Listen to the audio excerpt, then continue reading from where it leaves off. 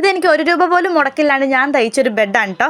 ഞാനൊരു ചെറിയൊരു കോഴ്സിന് പോകുന്നുണ്ട്. അപ്പോൾ കുഞ്ഞിപ്പണ്ണിനെ കൊണ്ടാവും 3 മണിക്കൂറത്തെ ക്ലാസ്സാണ് കേട്ടോ. അപ്പോൾ അവിടെ പോയി 3 മണിക്കൂർ കുഞ്ഞിപ്പണ്ണി ഇങ്ങനെ കസേര തന്നെ ഇരിക്കാമെന്ന് വെച്ചാൽ കൊച്ചു ആദ്യത്തെ ദിവസം മടുത്തു പോയി. അപ്പോൾ മിസ്സ് പറഞ്ഞു കുഞ്ഞി കട്ടിലല്ല ബെഡൊക്കെ ഉണ്ടെങ്കിൽ നിങ്ങൾക്ക് കൊണ്ടുവരാം, എന്നിട്ട് നമുക്ക് ഇവിടെ തറയിൽ വിരിച്ചിട്ട് അതേ കിടത്താം, കുറച്ച് നേരം കിടന്ന് കാണുമോ ഇരുന്ന് കാണുമോ ഒക്കെ ചെയ്യാമല്ലോ പിള്ളേർക്കെന്ന് പറഞ്ഞു. അപ്പോൾ ഞാൻ തന്നാൽ കൊണ്ടിച്ചെല്ലാം ഒരു കുഞ്ഞും ബെഡുണ്ട് മിസ്സ് എന്ന് പറഞ്ഞാൽ മിസ്സ് പറഞ്ഞു കൊച്ചി ഇവിടെ ഇച്ചിരി എലിശല്യം കൂടുതലാണ്, കൊണ്ട് വെച്ചിട്ട് പോകാൻ പറ്റത്തില്ല, രാത്രി കൊണ്ടുപോകണം, നമ്മൾ രാവിലെ കൊണ്ടുവന്നിട്ട് വൈകുന്നേരം തിരിച്ചു കൊണ്ടുപോകണം എന്ന് പറഞ്ഞു. പക്ഷേ നമുക്കിത് ചുമന്നുകൊണ്ട് നടക്കാൻ പറ്റത്തില്ല, ബെഡ് ഇവിടുന്ന് കുറച്ച് ദൂരമുണ്ട്. അപ്പോൾ രാവിലെ വൈകുന്നേരം അങ്ങോട്ട് ഇങ്ങോട്ട് ചുമക്കാൻ പറ്റില്ല, പിന്നെ ഡെയിലി ഓട്ടോ വിളിക്കാൻ മുതലാവത്തില്ല. അപ്പോൾ ഞാൻ ഓർത്തന്ന് വെട്ടേഷനെ വെച്ചാൽ തയ്ച്ച് നോക്കാമെന്ന്.